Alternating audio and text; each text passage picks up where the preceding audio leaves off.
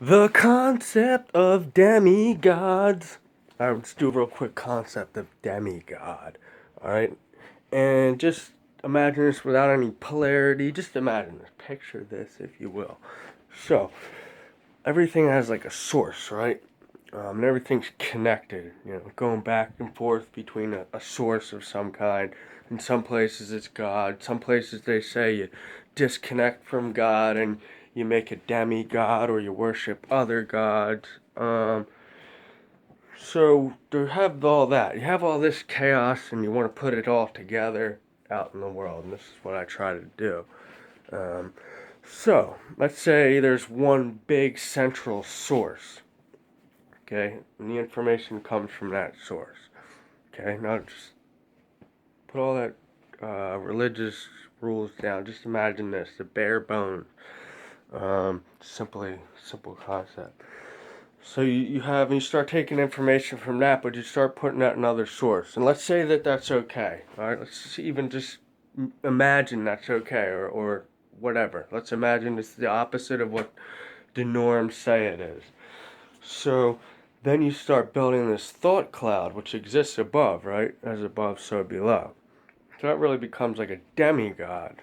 And I give you an example. Like psychology has a whole thought cloud, a demigod that they have built over themselves. They all stay under that demigod's ruling. They are the avatars of this thing. Okay, and they don't know that. That's why they're a little behind the eight ball, big time. But we don't even have to get into that. Just give you like a rundown of instead of fighting in the physical world, because the battle between flesh and blood is, you know, that's a whole other thing. That's physics and physical plane. I can't stand physics and all that crap-o.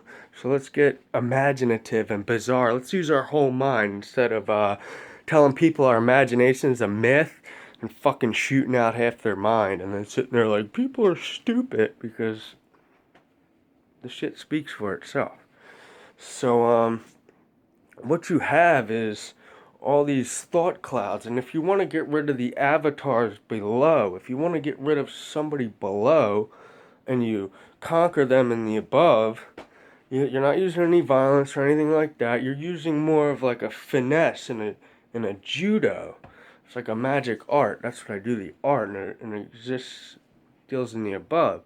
So once you abolish those thought clouds above, then the below, it's cut off, right? They either turn away from their thought cloud or they cease thinking in your direction. They cease the argument, the physical manifestation. Then after they cease that. So they stop that once it's, and everything happens above first. So that's where I do all my psychological stuff. And what's content will be in the end. So if somebody calls me a jerk, but I go into a situation content, then I can work to make transmutations, can rise above things. If I'm not doing that, then I'm going to be getting stuck. I'm not going to be able to meditate because I'm going to take up knowledge. So I'm going to be attaching to the interface and everything like that. I'm not going to be able to finesse my way through. I'm going to get caught. I'm going to stop and taste all these insults and put them on my body. Ow, prickly, that one hurts. Ree! And all that stupid insanity shit for uncontrollable people. So, you always want to try and look for what they say is the positive or the bright side, I guess, but not live in the polarity of it.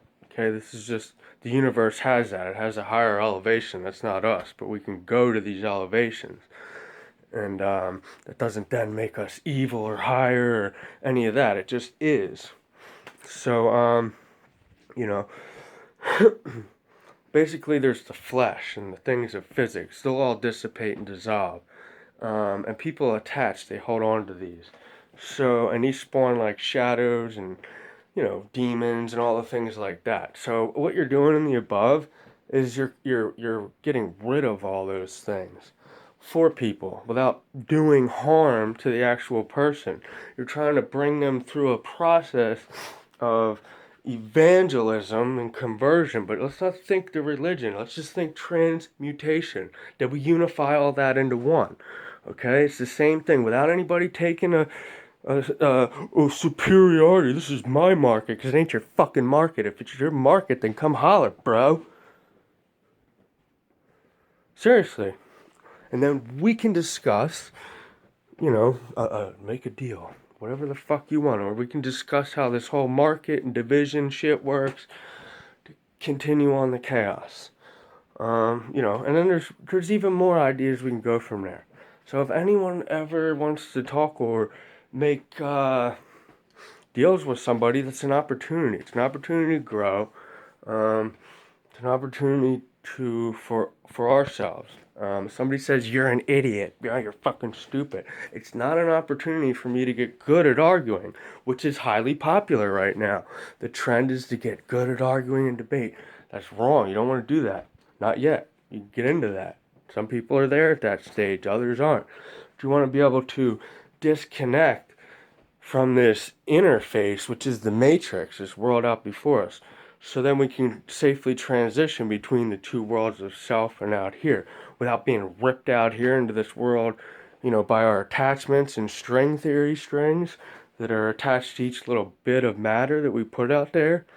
We put our mind into the matter out there and we become attached, connected. These etheric cords. You can't see them. I can see them with my mind's eye. I'm telling you, once the mind's eye opens up, you don't even need to fucking really use a science machine. It's there in us. Like, you can see it, literally.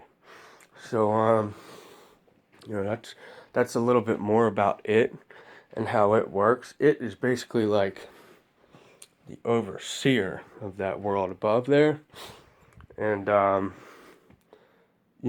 the evil and everything, we're just not going to get past it. Not in a million, billion, trillion years. And evil thinks that's funny, and that's exactly what it would do. It would possess evil, make them like laughing hyenas in the Lion King. And that's what happens. It's like the clown spawns in people. And there's alchemy you can do with that, too. There's all sorts of creative shit you can do. And that's really what I think about most times. Like, I don't read or watch any videos. I just, try to think of... I just think. I don't even try to think. I just end up thinking, and it's like, well, I'm not going to sit here and not think. Things like that. So, it's kind of what I do that's different between, like, identity politics and what I suggest.